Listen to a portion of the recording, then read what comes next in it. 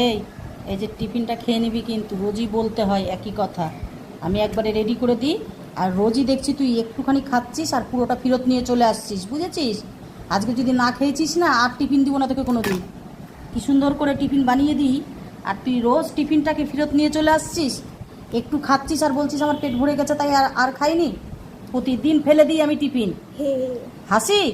হ্যাঁ, মানুষের টিফিনটা এত কষ্ট করে দিই সকালবেলায়, তাহলে মানুষে খায়। আজকে বেগুন ভেজে দিয়েছি, আজকে আর তরকারি করিনি। ঠিক আছে।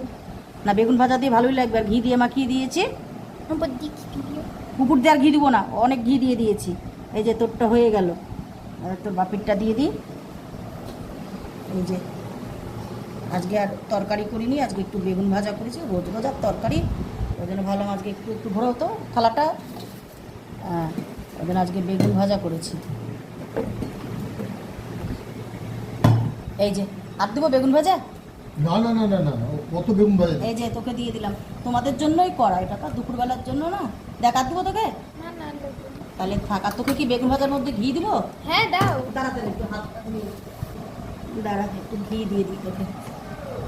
এই যে বেশি দিব না, বুঝেছিস? রুটিতে দিয়ে দিয়েছি তো, আর বেশি দিব না, তাহলে বেশি দিলে হবে না।